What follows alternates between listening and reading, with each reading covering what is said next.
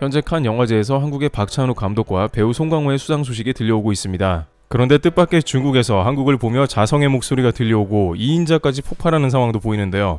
중국 누리꾼들은 이번 한국의 수상에 대해서 독특한 의견을 제기한 것으로 파악됩니다.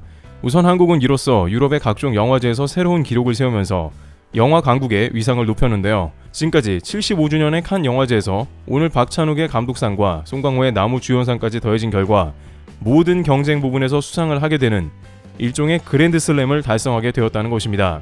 칸 영화제에서 황금 종려상은 기생충 봉준호 감독이 수상하면서 한국 영화사에 한 획을 그은 사건이 되었고, 각본상은 2010년 이창동 감독이 받았으며 심사위원장상은 박쥐의 박찬욱 감독이 받았습니다. 심사위원 대상은 박찬욱 감독의 올드보이가 받았고, 여기에 여우주연상 밀양의 전도연이 받아서 그야말로 한국은 칸의 모든 상을 다 휩쓸고 이제 세계로부터 더욱 인정받게 된 것입니다. 특히 이번에 칸 영화제에서 국내의 두 편 모두가 경쟁작에 올랐고 동시에 수상한 것도 쾌거입니다.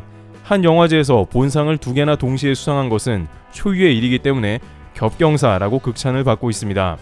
한국에서 한 작품도 어려운데 작품이 두 개나 경쟁력을 갖게 되었고 그 작품이 모두 다르게 후보에 올랐기 때문에 상을 두 개를 동시에 받은 것인데 그만큼 한국 영화의 르네상스가 다시 온 게 아닌가 하는 의견도 나옵니다. 물론 박찬욱 감독의 헤어질 결심이 황금 종려상을 못 받은 것에 대해서 아쉬움의 목소리가 나오며 평점을 비롯한 각종 반응들이 박 감독의 헤어질 결심이 강력한 황금 종려상 후보라며 예측하기도 했습니다만, 한국 영화계에 이런 일이 지속되면서 투자가 활성화되고 전 세계에 한국 영화 열풍이 부는 계기가 될 수 있는 것이죠.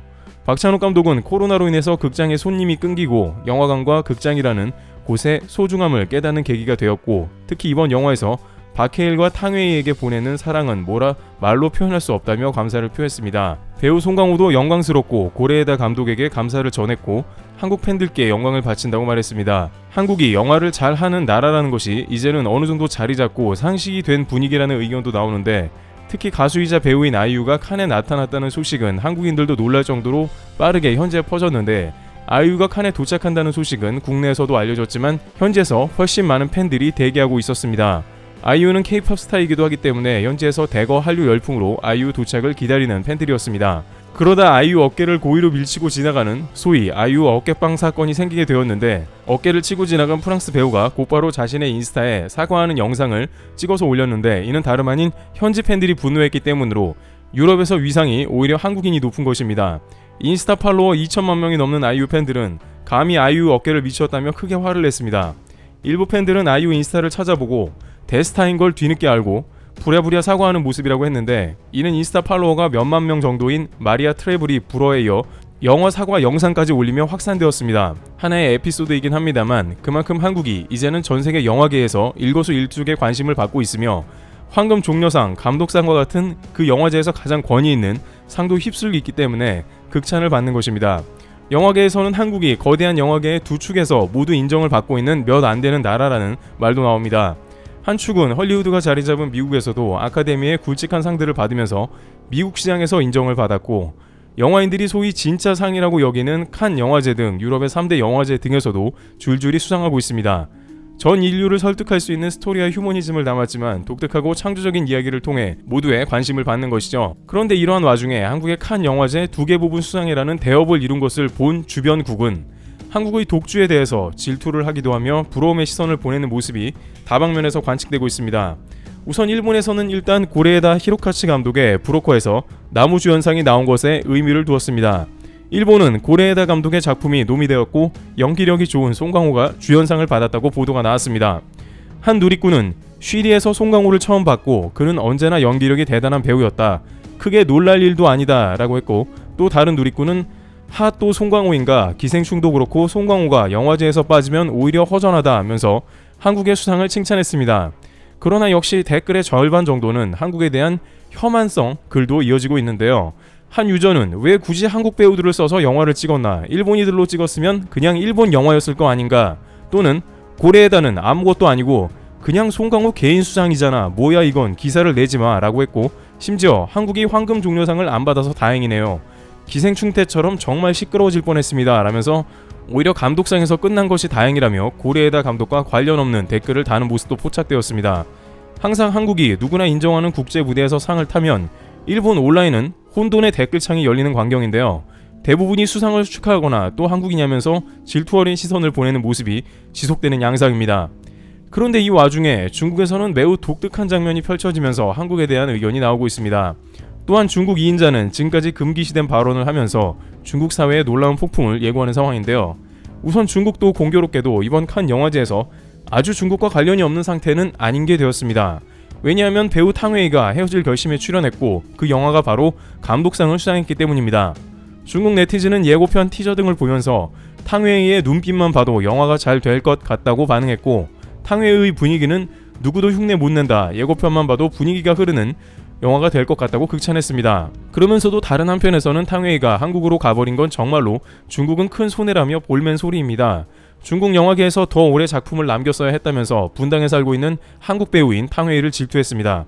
결국 한국이 국제무대에서 승승장구하면서 활약을 보이는 것에 대해 중국인들이 여러가지 불만이 쌓인 것인데요. 최근 중국 팬들은 실제 SNS 등에서 독일에서 열린 한국의 K-POP 대형 행사에 대해 크게 부러움을 표했습니다. 중국 누리꾼들은 괜찮아 라면서 실제로는 K-POP 스타들을 못 보는 현실에 대해 좌절했습니다. 그런데 중국은 항상 이러한 영화제에서는 찬밥 신세로 한국에는 문화 열등감이 항상 가득한 모습입니다. 문화혁명으로 인해서 중국의 전통의 것들이 사라졌고 내세울 게 없다 보니 더욱 그러하다는 것인데요.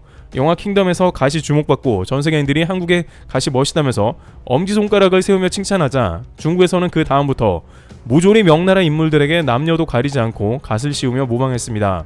또한 한국 영화는커녕 한국 예능을 베끼고 저작권료도 내지 않는 불법으로 일관하는 모습을 보이고 있으며, 중국 당국은 2025년까지 영화 굴기를 통해서 전세계 영화계를 주름잡겠다는 시진핑 주석의 선언이 있었지만, 중국 영화계는 정부로부터 지원금을 받아서 죄다 6.25 전쟁에서 미국을 이기는 항미 원조 영화만 찍어냈습니다.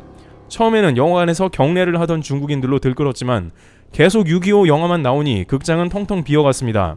아무리 애국 영화로도 두세 번 보니까 질렸고 공산당이라도 영화관에 강제로 돈을 내고 보게 할 수는 없는 노릇입니다.